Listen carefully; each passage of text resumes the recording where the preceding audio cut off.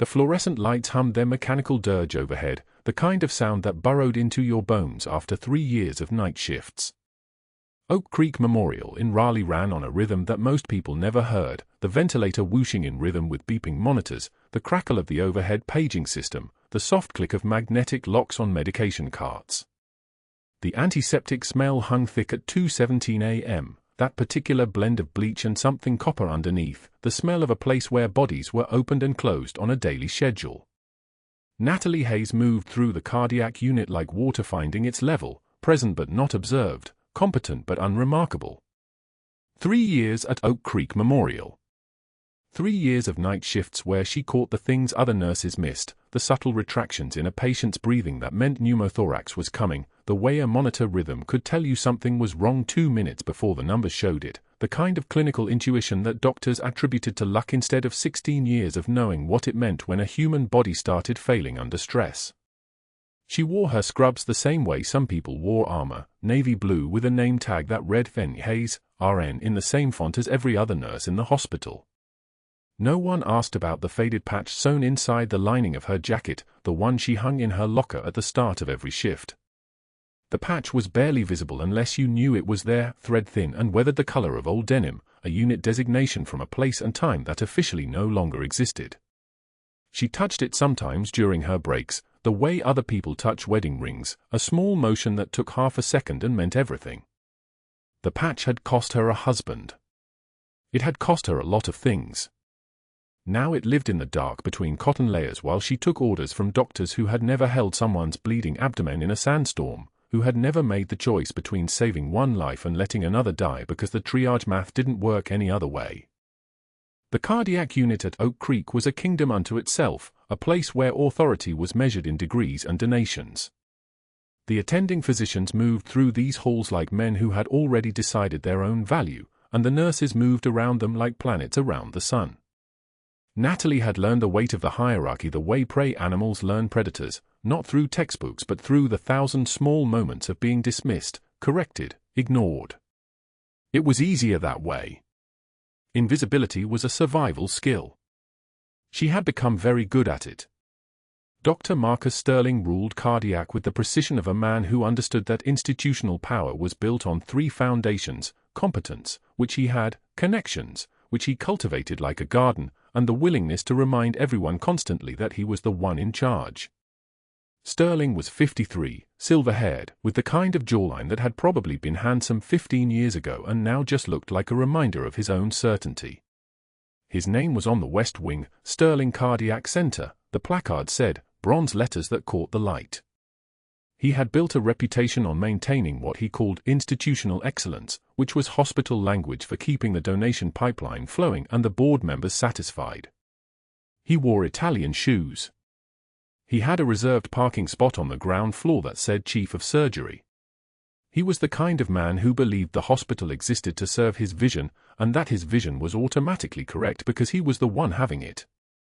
The commander had arrived on a Tuesday night, admitted through a different door than most patients. There was something in the way the surgical team moved around him that was different, crisp, careful, the kind of attention usually reserved for people whose accidents mattered for reasons beyond the purely medical. Natalie didn't ask questions. She changed the post-op dressings, monitored the drain output, adjusted the morphine drip with the same precision she applied to every patient. 43-year-old male, Navy SEAL, post-op day 1 from emergency splenectomy and vascular repair after a motor vehicle accident that the paperwork vaguely described as training-related. His daughter was there constantly, a woman in her mid-20s with lieutenant's insignia on her dress uniform, the kind of military carriage that came from a family that understood authority as a language. His assigned corpsman, a former medic named Ramos, still in uniform even on his shift in the hospital, sat beside the bed like a sentry. On post-op day 2, at 14:38, Dr. Sterling wrote new post-operative orders. Natalie read them standing at the medication cart, and something in her training, the part that had learned trauma protocols in places where there was no backup, no second opinions, no time to follow the nice neat rules written in textbooks, recognized that the orders were wrong. Not wrong in the way that simple human error was wrong. Wrong in the way that could kill a man in the next 18 hours when the fluid shift from the surgery started to move through his circulation and his pressure began to drop and his heart started compensating for blood volume that wasn't there anymore. The orders read, increase for fluids to wide open, then hold them pending tomorrow's labs. In a cardiac patient post-op from major vascular work, with a bleeding spleen removed, that was the same as leaving a door open for disaster. Natalie had done this dance before, had held bleeding tissue and understood that the moment you opened a body cavity you started a timer that ticked toward either recovery or catastrophic failure. The protocols that worked in sterile operating rooms sometimes failed in the hours after, when swelling and fluid shifts and the body's inflammatory response could change everything in the span of a heartbeat. She should have kept her mouth shut. That was the surviving formula. She knew that. But the commander's daughter was in the room, standing by her father's bedside, and Ramos was watching her with an intensity that suggested he had also run the numbers and found them wanting. Dr. Sterling, Natalie said, her voice steady as surgical steel, those orders will precipitate a pulmonary edema response in a post-op vascular patient. Battlefield hemorrhage protocols suggest fluid restriction until we establish his baseline output. She had not called them battlefield protocols by accident. She had called them that because they were battlefield protocols, because she knew them the way she knew her own heartbeat, because she had learned them in a place that was supposed to have been erased from her record the moment she stopped existing for the Navy's purposes. Sterling looked at her the way a man looks at a waiter who has just offered a suggestion about wine pairings. "Thank you, a nurse," he said, and his tone was the sound of a door closing. "I will continue to write the orders. You will continue to execute them. That is the arrangement." The commander's daughter stared at him. Ramos's hand had already moved to the oxygen tubing, checking it with a precision that suggested he was preparing for crisis. Neither of them was in a position to contradict a chief of surgery in his own domain, and they both knew it. "Yes, Doctor," Natalie said. She blinked exactly once. She had learned this many years ago, the art of swallowing things. The art of folding your own knowledge into a small origami shape and putting it away where no one could see it. She turned back to the medication cart and did not look at the commander's daughter, though she felt the weight of her attention like a physical thing. Sterling left the room. That was when Ramos looked at Natalie and said, quietly, "Senior Chief." The question hung in the air like something radioactive. Ramos had spoken 6 words, and in those 6 words he had opened a door that Natalie had spent 6 years very carefully keeping sealed. She did not answer him. Instead, she adjusted the 4 bag with movements that were more precise than they needed to be, more controlled, more final. She washed her hands at the bedside sink, the water was scalding, and when she looked back, Ramos had already dropped his eyes. But that wasn't the worst part. That was just the moment when the careful architecture of her invisible life began, microscopically, to crack. The emergency arrived at 4:22 a.m. on post-op day 3. The commander's breathing changed first, shallow, rapid, the kind of distressed respiration that meant something was compressing from the inside.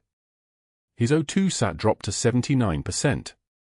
His neck vein started distending, rising like ropes beneath the skin. Pulmonary edema. Exactly as predicted.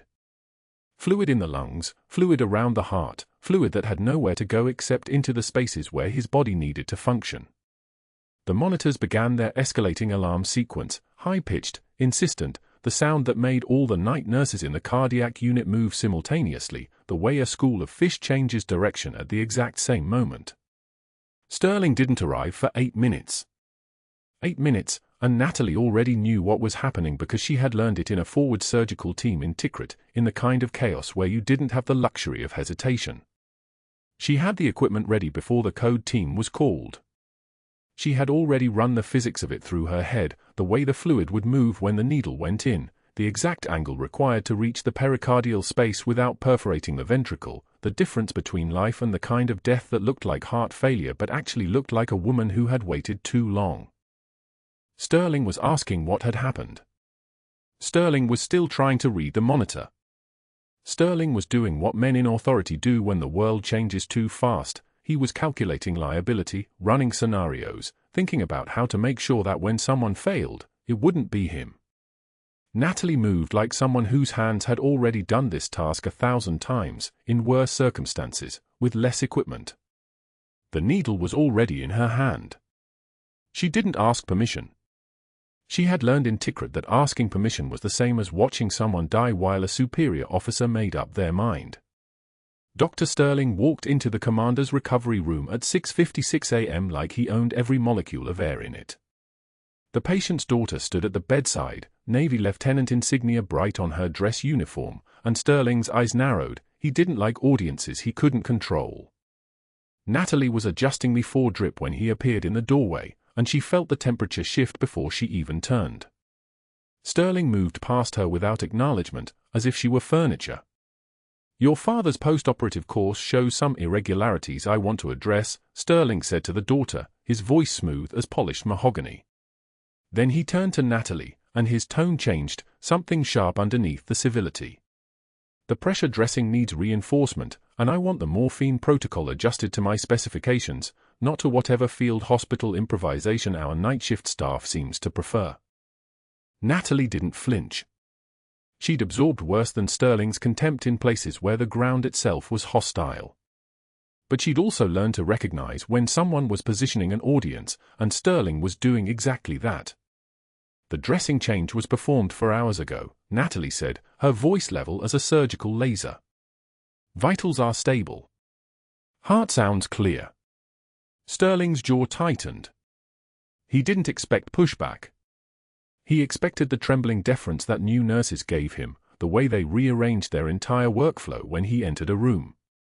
Instead, Natalie stood there with her hand steady on the stand, meeting his gaze for exactly 1 second longer than was comfortable. "Your assessment is not what I requested," Sterling said, turning to address the commander's daughter now, deliberately excluding Natalie from the conversation. "Sometimes excellent technical skills don't translate to good judgment. Your father requires a more experienced hand managing his recovery." The daughter's eyes moved between Sterling and Natalie. She'd noticed something in that exchange, a quality of calm in Natalie that didn't match the hierarchy Sterling was performing.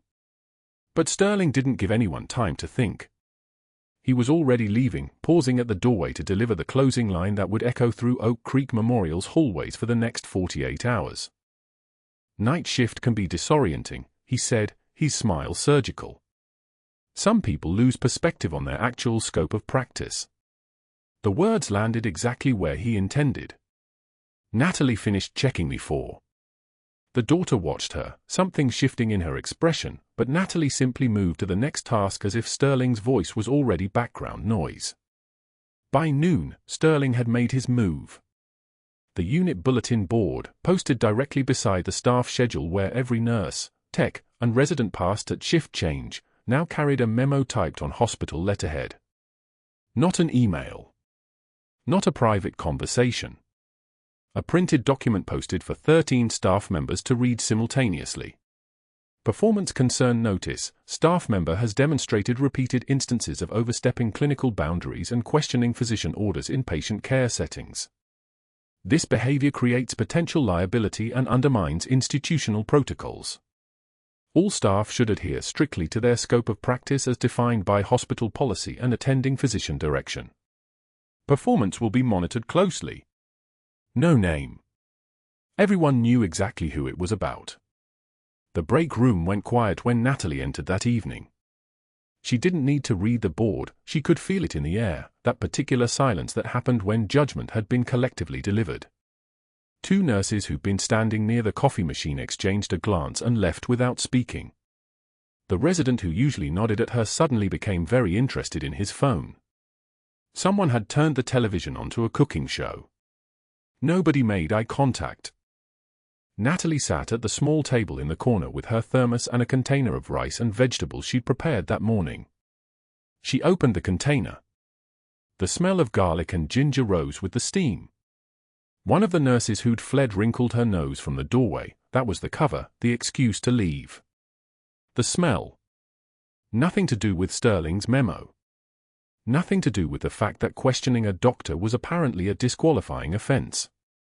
She ate in silence. Finished the container. Rinsed it at the sink while the break room remained empty. The fluorescent lights hummed their endless mechanical song. Natalie had spent 18 months in a field hospital outside Tikrit where the lights ran on a generator that constantly threatened to fail, where the smell of diesel exhaust mixed with antiseptic and blood, and where a single error cost lives. This, the silence, the judgment, the calculated exclusion, was nothing. But it was calculated. That was Sterling's competence showing. He wasn't just a bully. He was methodical.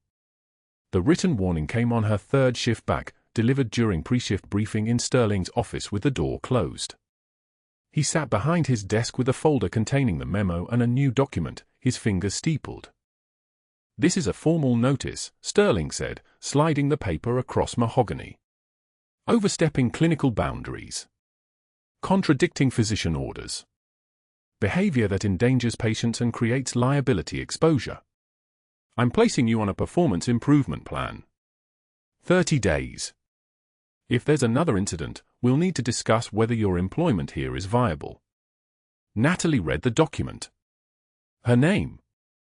The date. The clinical incident from the commander's room, rewritten to make her assessment sound like recklessness instead of observation.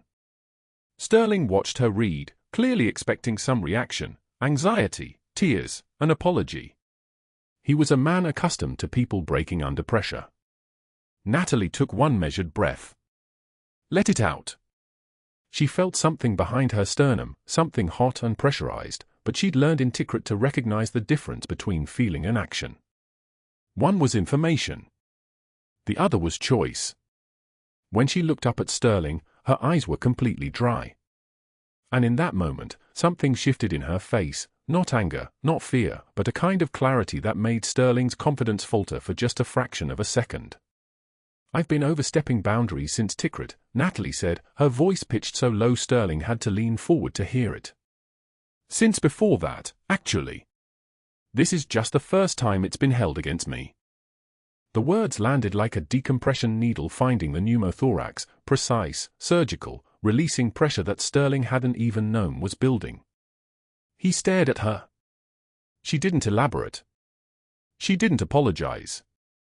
She didn't explain what Tikrit meant or why it mattered. She simply held his gaze for exactly 1 second and then looked back down at the performance improvement notice in her hands.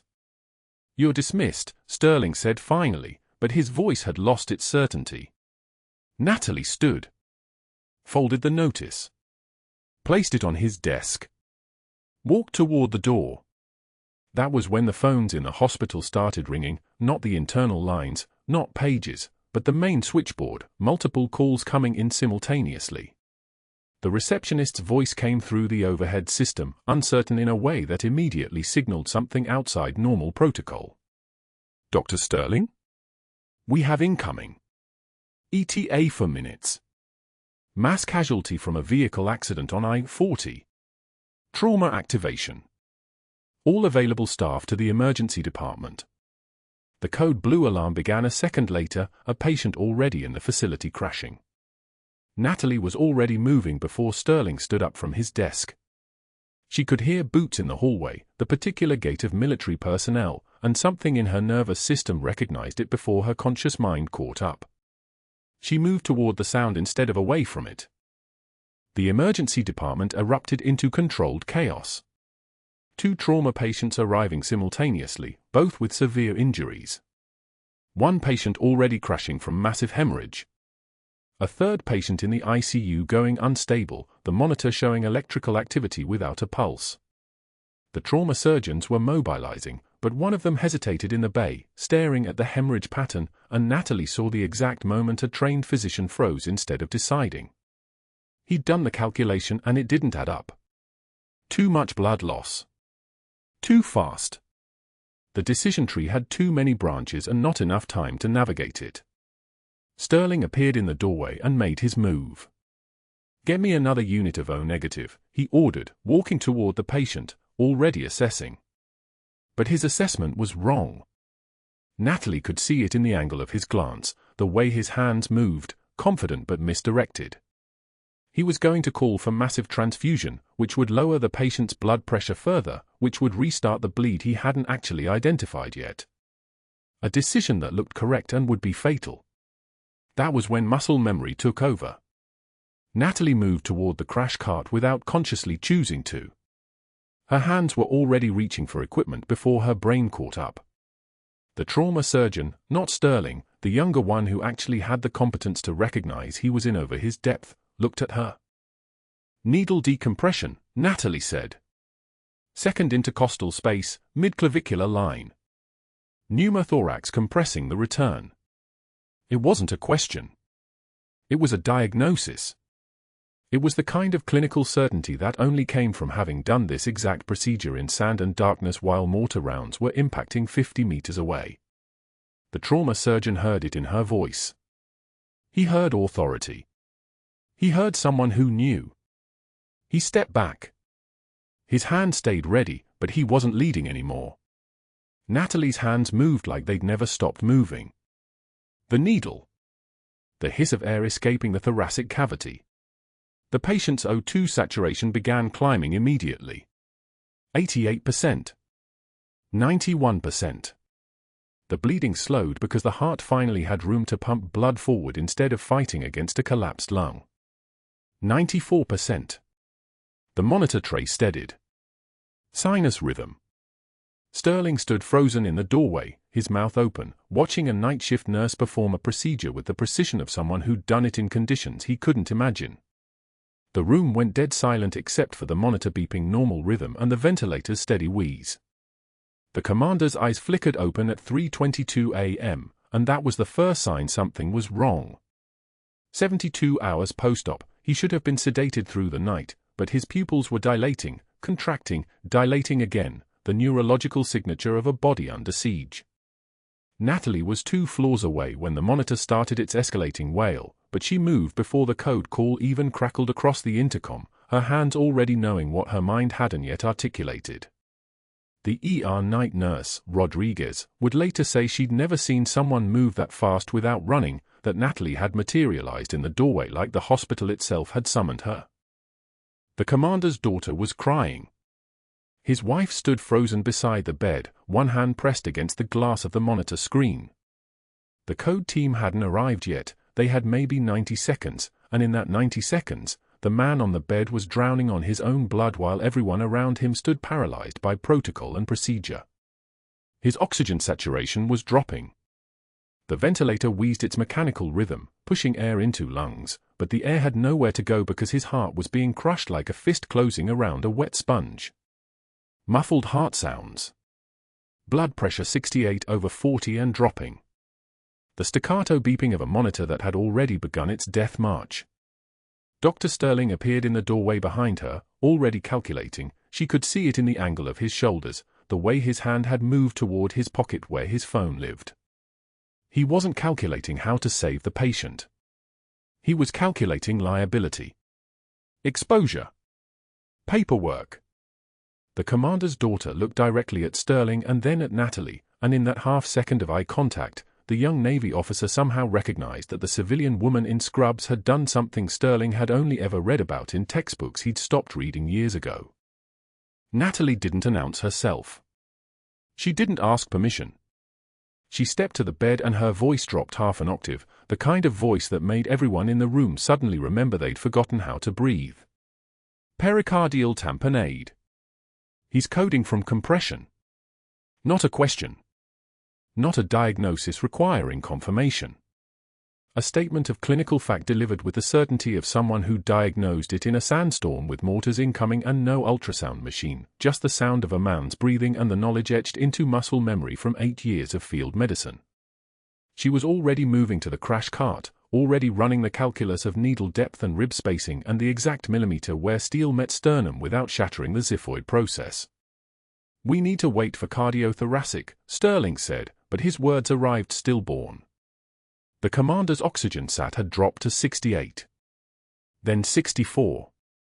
His systolic pressure had fallen below 60, and at that threshold, you had minutes. Maybe less. Natalie's hands were already gloved, already swabbing the skin with antiseptic in broad, confident strokes that left a rust-colored shine across his fourth intercostal space. Someone, Rodriguez, maybe, had already brought the needle. A 14-gauge angiocath, the kind used for aggressive fluid resuscitation, long enough to reach the pericardial sac without nicking the myocardium itself. One chance. One angle. The margin for error was the thickness of a fingernail. The heart monitor was screaming now. Pressure 55/32. The ventilator's alarm had joined the symphony of failure, stacking on top of each other in a crescendo that made the commander's wife grip the bedrail hard enough that her knuckles turned white as bone. Natalie's breathing slowed. Her hands became absolutely still. This was the thing that nobody who hadn't trained in chaos understood, that quiet was a skill. That steadiness under pressure wasn't courage. It was just the absence of panic, the body's recognition that adrenaline was useful for running away, not for precision work. Pain was information.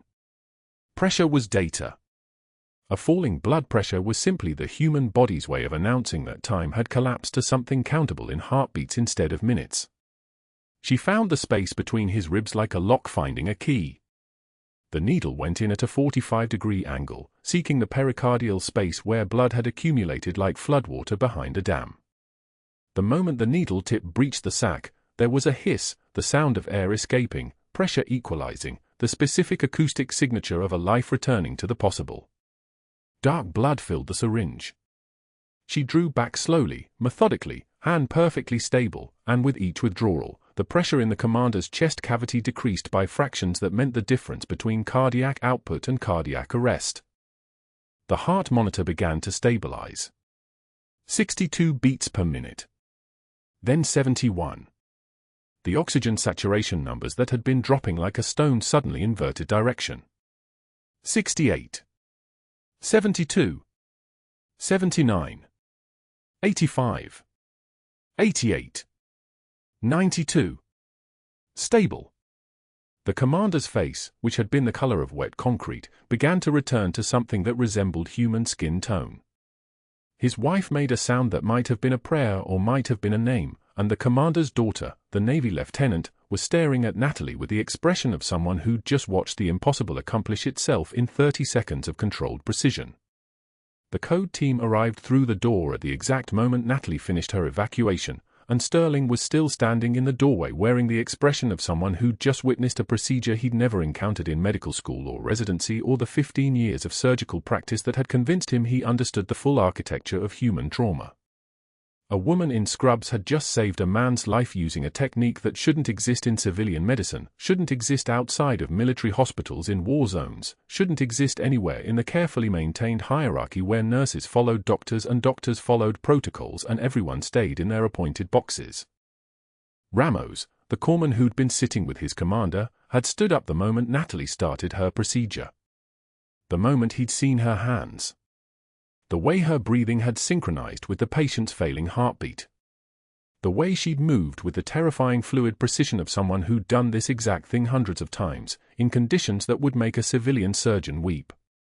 He'd opened his mouth, and then he'd closed it again when Natalie's eyes met his for just a fraction of a second, a look that carried an entire conversation. Not now. Not here. Not with Sterling still watching. But Ramos knew. His body recognized hers the way soldiers recognize other soldiers, the way warriors recognize warriors.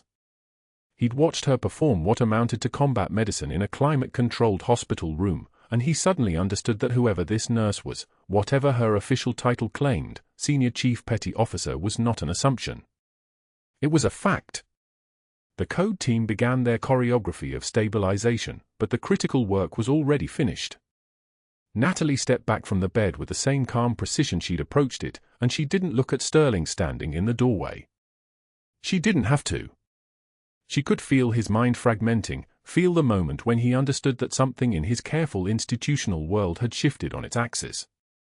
He'd spent 3 years building the architecture of her humiliation, and she'd just dismantled it in 30 seconds using nothing but training no civilian hospital had ever taught her and knowledge that shouldn't exist in her personnel file. She was already moving toward the medication cart when Sterling's voice arrived behind her, tight and controlled but carrying the edge of something desperate. She didn't turn around.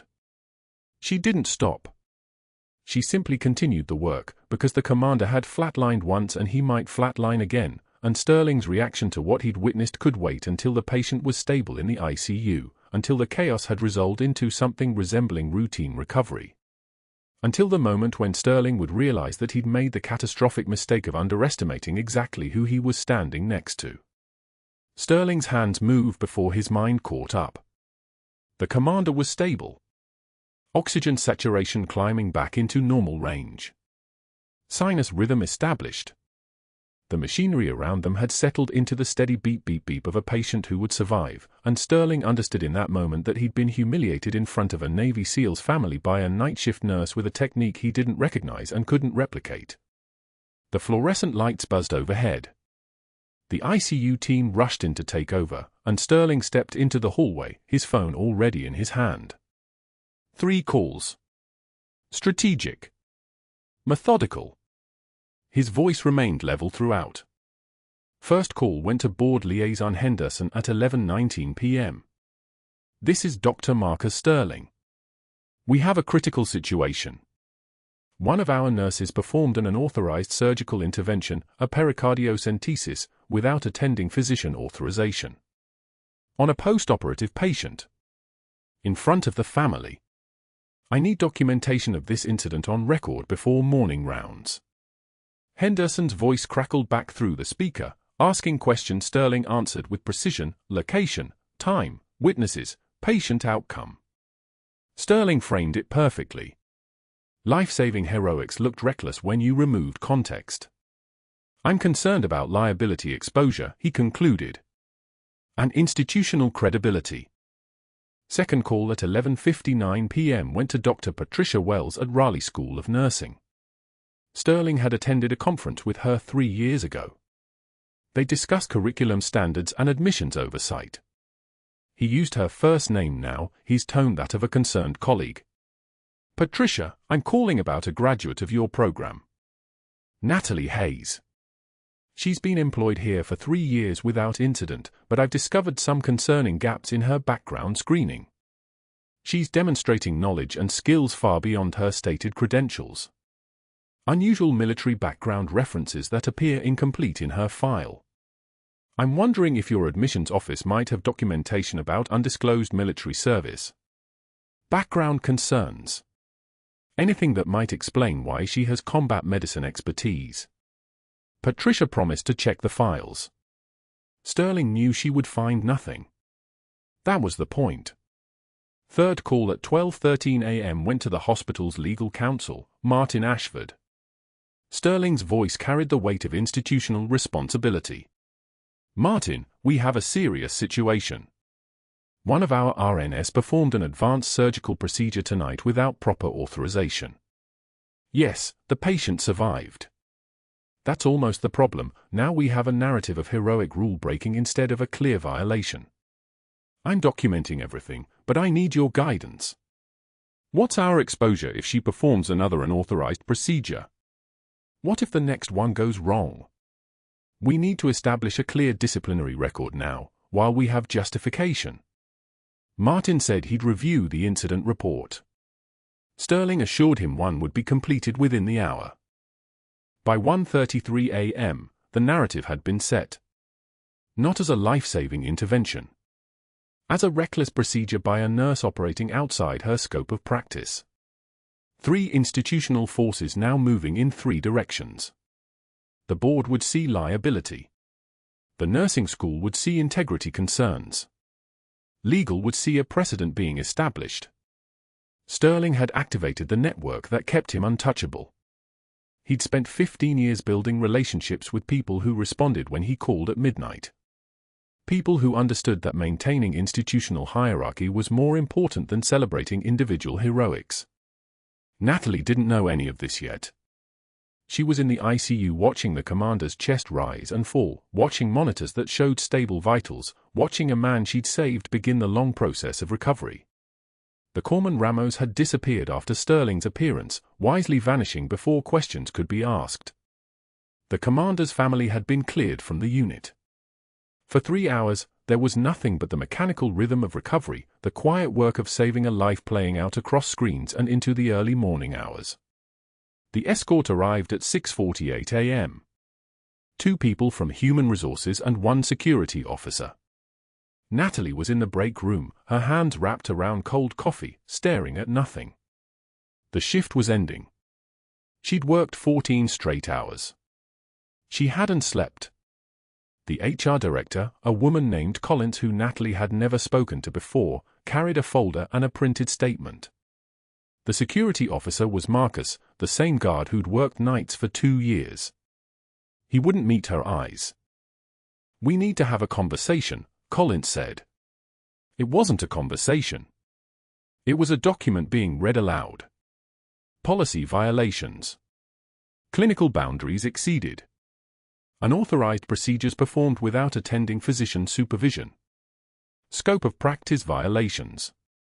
Each violation listed with date and time stamp, as if the pericardiocentesis that saved the commander's life was a filing error that needed correction. Sterling appeared in the doorway, his expression carefully neutral, and began speaking over Collins's recitation. He talked about institutional standards. He talked about protecting patients by maintaining clear hierarchies. He talked about the importance of following protocol even when instincts suggested alternatives. He talked about everything except the fact that she'd been right and he'd been wrong.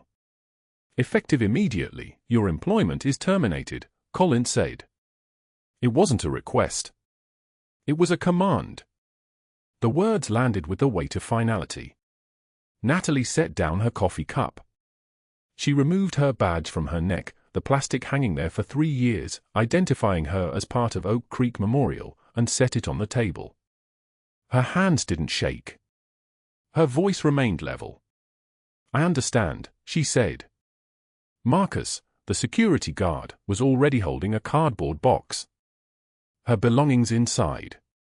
Someone had cleared her locker while she was in the ICU.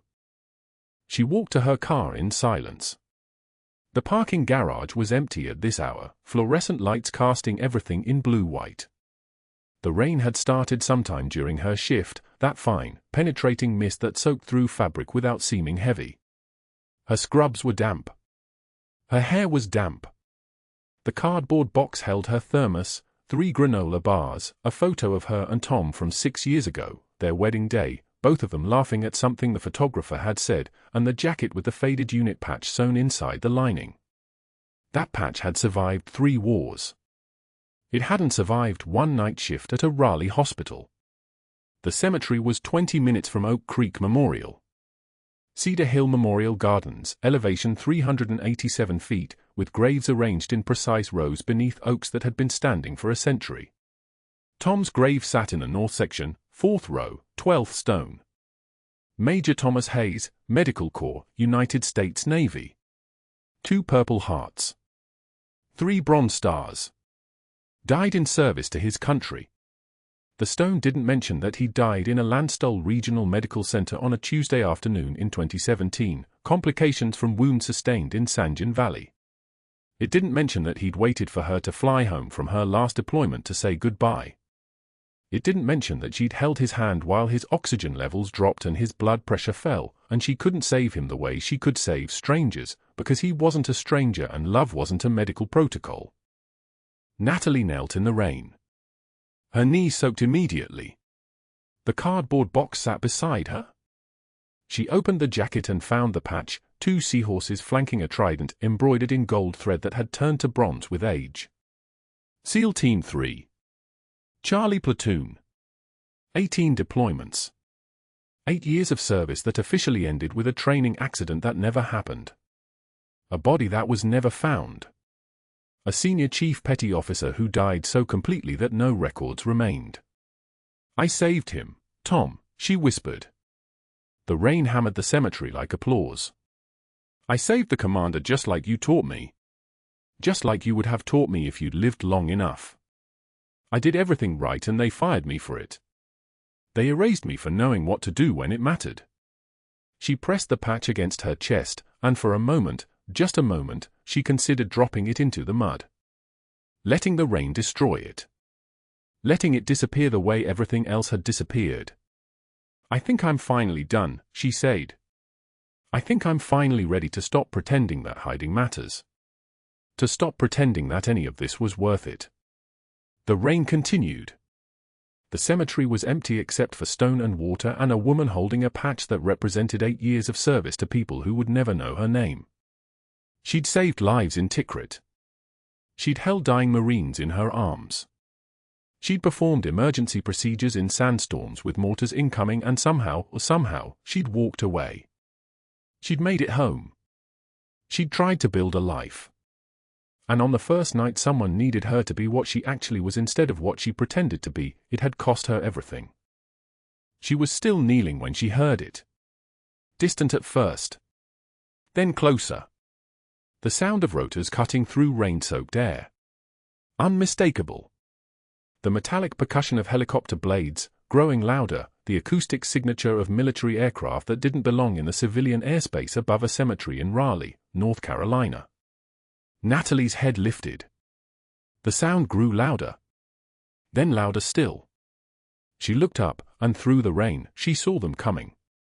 Natalie was clearing out her locker when she heard the helicopter. Not a distant sound, a presence. The rotor wash vibrated through the concrete walls of Oak Creek Memorial, rattling the fluorescent panels overhead. She went still. That sound was in her bones. The kind of sound that meant helicopters and boots, and the kind of people who didn't send warnings before they arrived. The boots came next. Multiple sets. She could count them by ear alone, a skill from another life. For personnel minimum, moving with the synchronized precision of a tactical insertion team. Not running. Never running. Moving like they owned the hallway because they did. The stairwell door crashed open. The rhythm of their approach said military the way a heartbeat says alive. Natalie's hands stopped moving. The uniform still hanging in her locker seemed to lean toward her. She didn't look. She didn't need to.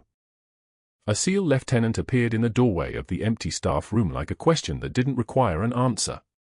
He was in dress blues, medals on his chest, insignia that meant command authority, and his eyes found hers across the 12 feet of linoleum between them with the kind of precision that comes from hunting people for a living. Senior Chief Petty Officer Hayes. His voice was steady. A request that wasn't one. Everything stopped. 6 years of invisibility, 6 years of being just a quiet night shift nurse with pressed scrubs and her head down, evaporated like water on hot concrete.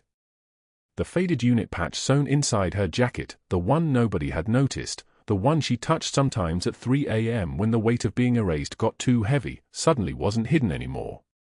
Natalie didn't move. She didn't answer. The lieutenant stepped aside. The commander's daughter walked through the doorway in a navy dress uniform that matched her father's rank, lieutenant, same insignia, same bearing. Her eyes were the same color as her father's, and they held the same intensity that came from inheriting duty-like genetics. She didn't smile. She didn't need to. "My father says you hold the rank of Senior Chief Petty Officer," she said. 8 words. Nothing more. It wasn't a question. Behind her, a unit nurse Natalie recognized from the 3rd floor appeared with a file in her trembling hands. The file was thick. Official. The kind of file that didn't exist anymore, the kind Natalie had been told was destroyed, sealed, buried in a vault in the Pentagon basement with a red stamp that said classified. The nurse's hands shook as she opened it. 2 deployments, the nurse read, her voice barely above a whisper. Tikrit Field Hospital. Sustained operations under fire. She looked up. Her eyes were wet. This is real. The SEAL team leader stepped forward. He was older than the lieutenant, with the kind of face that had seen things that couldn't be unseen. His voice when he spoke sounded like wind moving through a canyon, low and carrying weight that had accumulated over years. Navy Cross for extracting wounded under ambush. 3 bronze stars with Combat V in Purple Heart. And a commendation signed by JSOC Command for an operation that doesn't exist in any database. Each decoration landed like a stone dropped into still water. Navy Cross. The 2nd highest medal for valor. Bronze stars. Purple Heart. The kind of medals that meant blood. Natalie's hands still didn't move. Then the commander appeared in the doorway, and the entire composition shifted. He was in a hospital gown, still pale from blood loss, moving with the careful precision of someone whose body was still knitting itself back together. But his eyes were clear-water blue and focused entirely on Dr. Sterling, who had appeared 3 steps behind him with his mouth already forming objections. This woman, the commander said, his voice steady as a rifle shot, performed combat medicine that saved my life. She did in a civilian hospital what she spent 8 years doing in hell. And you punished her for it. Sterling's face went white. He opened his mouth. Nothing came out. The security guard, the same one who'd handed Natalie the cardboard box 2 days ago, who'd looked at her with apology and professional obligation in equal measure, appeared at Sterling's shoulder. In his hands was an identical cardboard box. He set it down slowly on the tile floor. The sound of the box hitting the ground was the only noise in the hallway except for the fading rotor wash outside. "Dr. Sterling," the guard said quietly, "I believe you know the way out." The board's decision was unanimous. Sterling looked at the box like it was a casket. Then he looked at Natalie. His eyes tried to recalibrate, to place her back in the hierarchy where she belonged beneath him. But she wasn't there anymore. She was standing in a room full of Navy personnel and her own restored identity, and every second that passed was a second where his authority became smaller. He turned and walked toward the stairs. Nobody watched him go. The commander extended his hand. Natalie took it. His grip was firm despite the surgical incision still healing under the hospital gown. "Welcome home," he said. 6 months later, Natalie stood in front of a wall of new recruits at the VA Medical Center in Raleigh. The transition program had started with 4 people. Now it had 14. War fighters rotating out of active service, learning how to put down weapons and pick up stethoscopes, how to save lives when the battlefield wasn't a desert and the enemy wasn't visible. She wore scrubs. She still wore scrubs. But the faded unit patch, the same one that had been sewn into her jacket lining, the one nobody had recognized until everyone did, now hung framed behind her desk in the office they'd given her. Director of Combat Medicine Transition. The title felt strange. But the work felt right. The most critical thing you'll do today, she told her students, isn't the procedure. It's the listening. Warriors are trained to move through chaos. Your job is to teach them to move through healing. Pain is data. Bleeding can be controlled. But isolation kills faster than any wound. She moved to the window. Outside, rain was beginning to fall on Raleigh, the same rain that had fallen on that grave 6 months ago when she'd whispered goodbye to the version of herself that was ready to give up. The trembling isn't fear. It's restraint. The best ones you'll train are the ones who know how to stop fighting. So teach them that skill. That's where I'll be if you need me.